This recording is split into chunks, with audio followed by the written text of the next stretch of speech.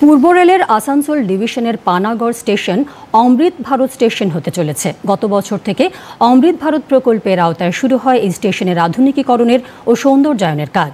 আগামী 22 তারিখে পানাগড় স্টেশন সহ ভারতের মোট 103টি অমৃত ভারত স্টেশনের ভার্চুয়াল উদ্বোধন করবেন প্রধানমন্ত্রী নরেন্দ্র মোদী।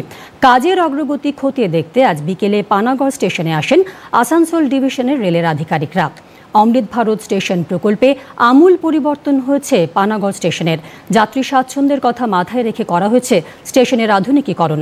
আসানসোল ডিভিশনের মুখ্য জনসংযোগ আধিকারিক বিপ্লব বাউরি জানিয়েছেন, অমৃত ভারত স্টেশন প্রকল্পে পানাগড় স্টেশনের আধুনিকীকরণের জন্য খরচ হয়েছে 6.2 কোটি টাকা। জোর দেওয়া হয়েছে স্টেশনের পরিকাঠামোর ওপর।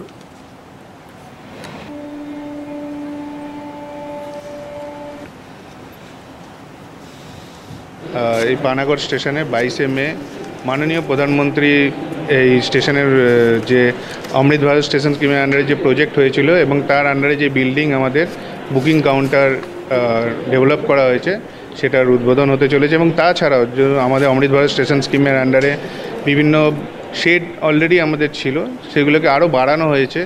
এবং তাছাড়াও আমাদের যে ট্রেন ইন্ডিকেশন বোর্ড, দেন কোচ ইন্ডিকেশন বোর্ড, যেগুলো এক্সপ্রেস ট্রেন এলে প্যাসেঞ্জারদের অনেক সুবিধা করে, সেগুলোর ব্যবস্থা করা হয়েছে। তাছাড়াও যারা আমাদের দিব্যাঙ্গন ভাই বোনরা আছেন তাদের জন্য স্পেশাল অনেক ব্যবস্থা করা হয়েছে, যেমন শৌচালয়ের ব্যবস্থা করা হয়েছে। এই ওয়েটিং রুমে আপনারা দেখতে পাচ্ছেন দিব্যাঙ্গনদের জন্য একটা স্পেশাল শৌচালয়ের ব্যবস্থা করা হয়েছে।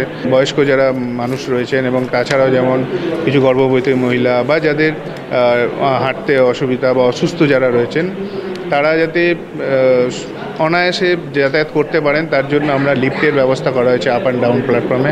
এই সমস্ত কিছু এই অমৃত ভারত স্টেশন স্কিমের আন্ডারে করা হয়েছে। আনুমানিক 6.2 কোটি খরচ করে এই প্রজেক্ট করা হয়েছে।